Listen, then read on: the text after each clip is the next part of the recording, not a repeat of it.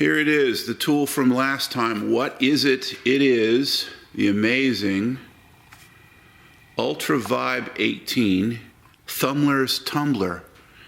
True Square Metal Products, Auburn, Washington. Well, that's interesting. This is a vibratory tumbler, and I can show you what it does.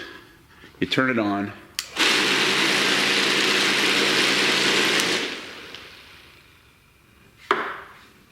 I'll turn it over.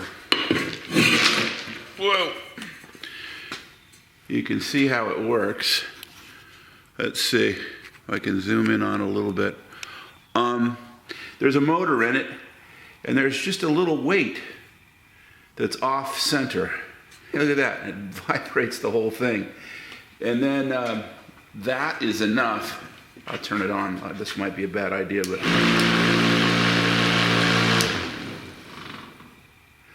that vibrates this top here. Let's look inside that.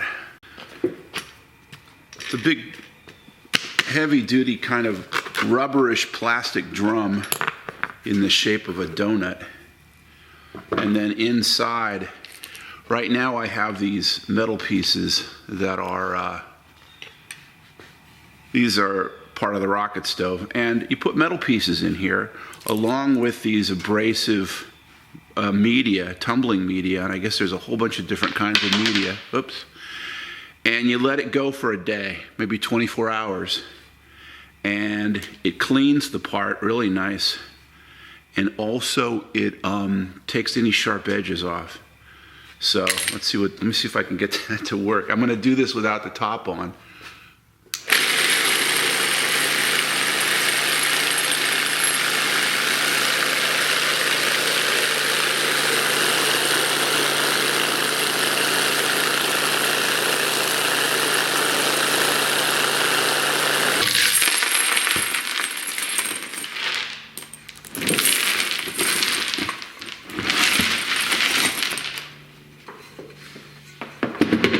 Now I have to separate all these pieces, and the black stuff comes off. I should, wear rubber gloves, but not too hard to get it off. Anyway, you gotta separate your parts from your tumbling media, and it's no big deal.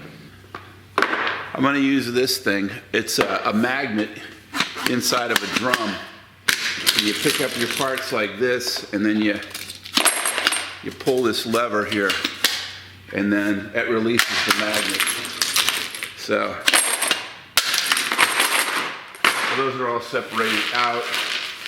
Oops, there's one. Missed one.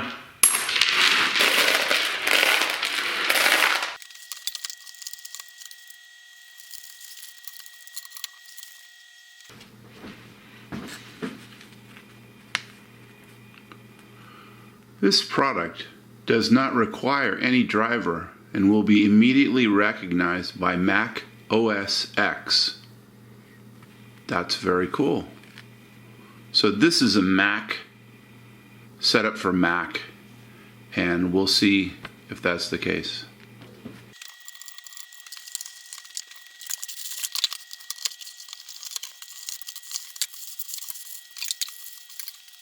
Here's the instruction sheet for the Unicomp. You can remove the space bar with a small screwdriver. It's not uncommon for keys or the space bar to become dislodged during shipping. So, to remove, place a small screwdriver under the front edge of the key and pry upward lightly. Be careful not to flip the key across the room when it becomes free.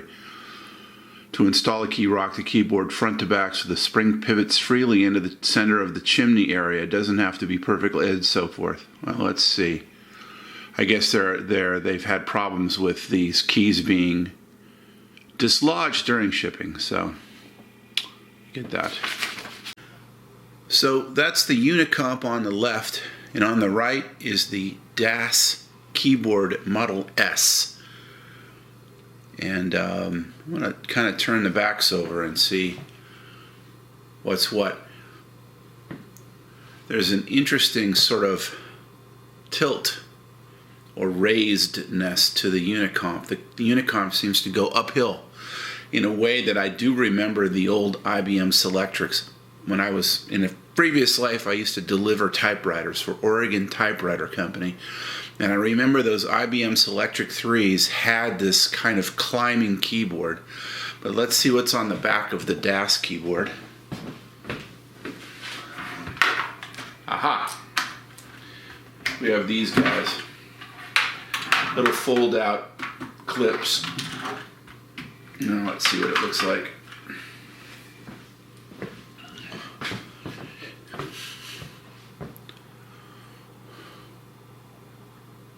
It's interesting that that exists.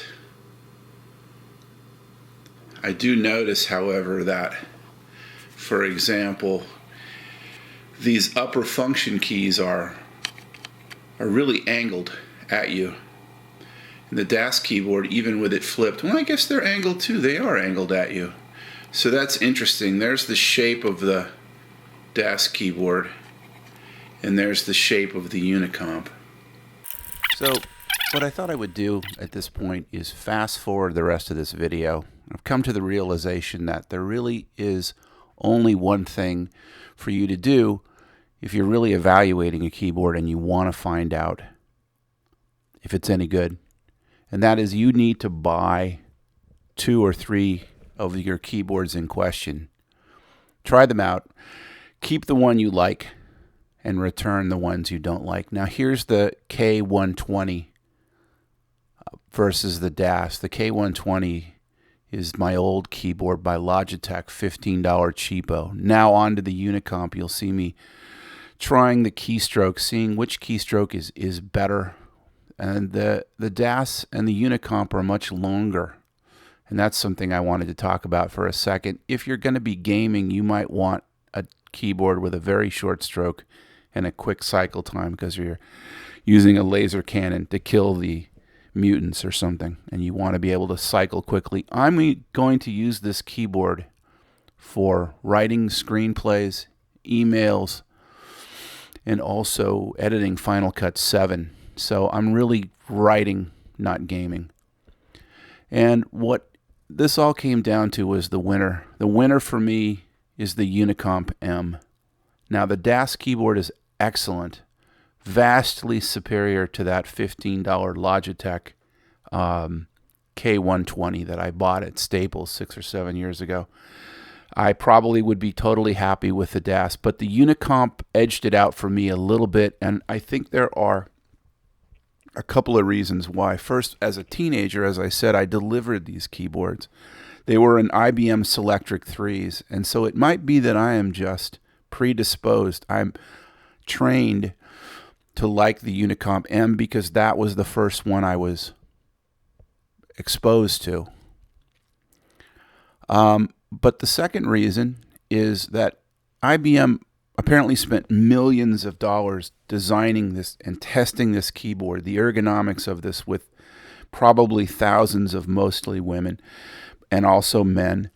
And they did a really great job of designing the keyboard to be super efficient. But that doesn't mean that you wouldn't like the DAS better. You might like the DAS better. It was really good.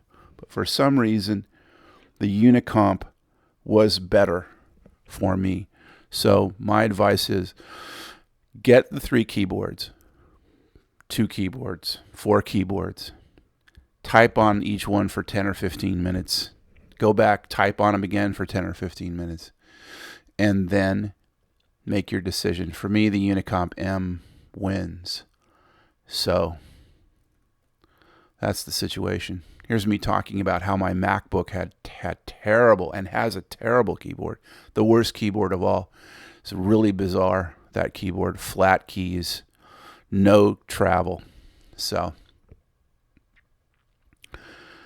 and this is me typing on the Unicomp. The Unicomp is apparently a continuation of the original IBM. And it's made in Kentucky. And I think IBM still uses this Unicomp company. So take the keyboard or keyboards that you didn't use, carefully clean, repack it, send it back to the people. In this situation, I paid for the return shipping and got credit on Amazon.com, which is fine because I'm sure I'll buy more things from Amazon.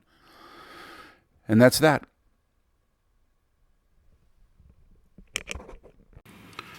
Okay, here's the tool for next time. What is it? What does it do? I could turn it over, but there's a patent number on it. And then somebody could look up the patent number, and that wouldn't be fair. Okay, see you next time.